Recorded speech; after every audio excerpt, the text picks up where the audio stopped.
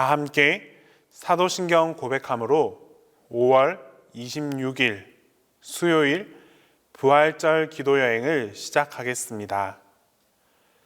나는 전능하신 아버지 하나님, 천지의 창조주를 믿습니다. 나는 그의 유일하신 아들, 우리 주 예수 그리스도를 믿습니다. 그는 성령으로 잉태되어 동정녀 마리아에게서 나시고 본디오 빌라도에게 고난을 받아 십자가에 못 박혀 죽으시고 장사된 지 사흘 만에 죽은 자 가운데서 다시 살아나셨으며 하늘에 오르시어 전능하신 아버지 하나님 우편에 앉아 계시다가 거기로부터 살아있는 자와 죽은 자를 심판하러 오십니다. 나는 성령을 믿으며 거룩한 공교회와 성도의 교제와 죄를 용서받는 것과 몸의 부활과 영생을 믿습니다.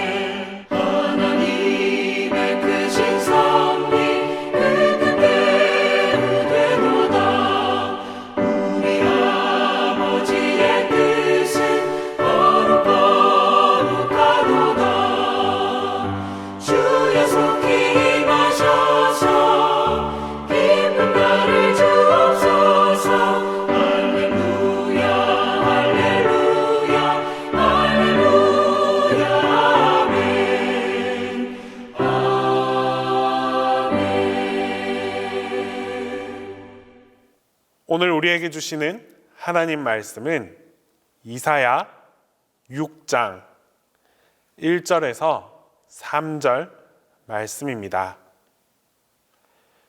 구약성경 이사야 6장 1절에서 3절 말씀입니다. 다 함께 봉독하겠습니다. 우시야 왕이 죽던 해에 내가 본즉 주께서 높이 들린 보좌에 앉으셨는데 그의 옷자락은 성전에 가득하였고 스랍들이 모이시고 섰는데 각기 6 날개가 있어 그 둘로는 자기의 얼굴을 가리었고 그 둘로는 자기의 발을 가리었고 그 둘로는 날며 서로 불러 이르되 거룩하다 거룩하다 거룩하다 만군의 여호와여 그의 영광이 온 땅에 충만하도다 하더라. 이사야는 이스라엘에서 선지자로 사역했던 사람입니다. 그가 활동했던 시대의 배경은 한마디로 암울했습니다.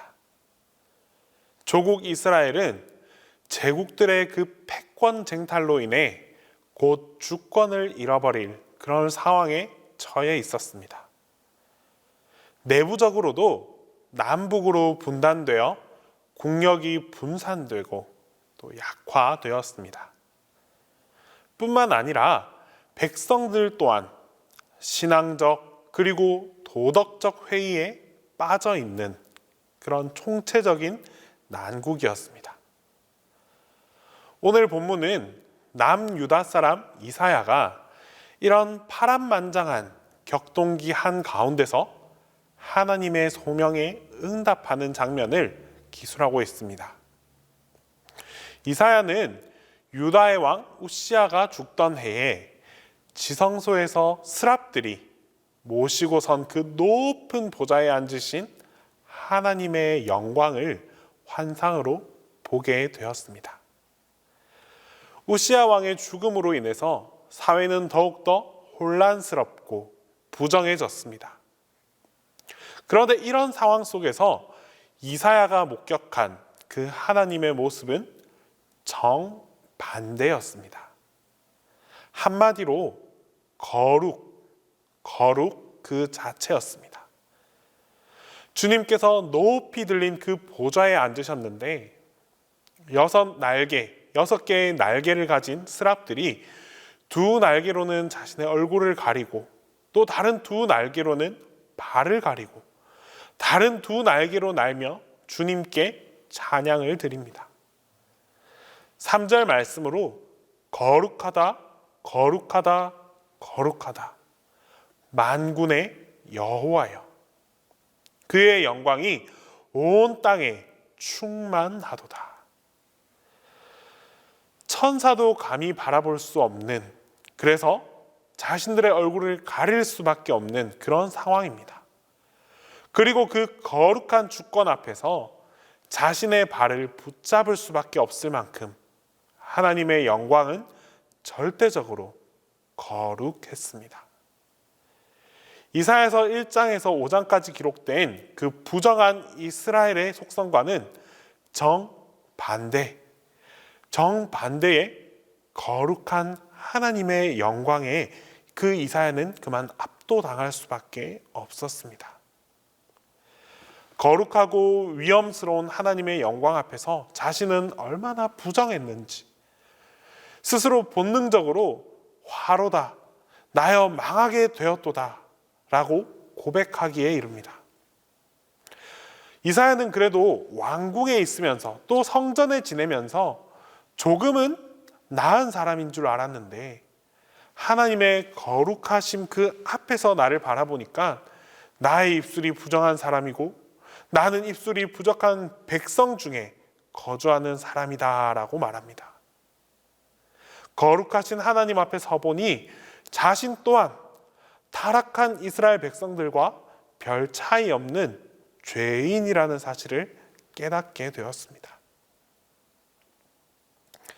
구약에서는 하나님의 속성을 여러모로 묘사하고 있지만 그 모든 것을 함축하여 거룩하신 하나님이라고 말합니다. 따라서 레위기에는 거룩함의 히브리어 과도시를 무려 150번이나 언급하고 있습니다. 이런 하나님께서 그분의 형상으로 창조된 이 언약 백성이 그분과 같이 거룩해지기를 원하십니다.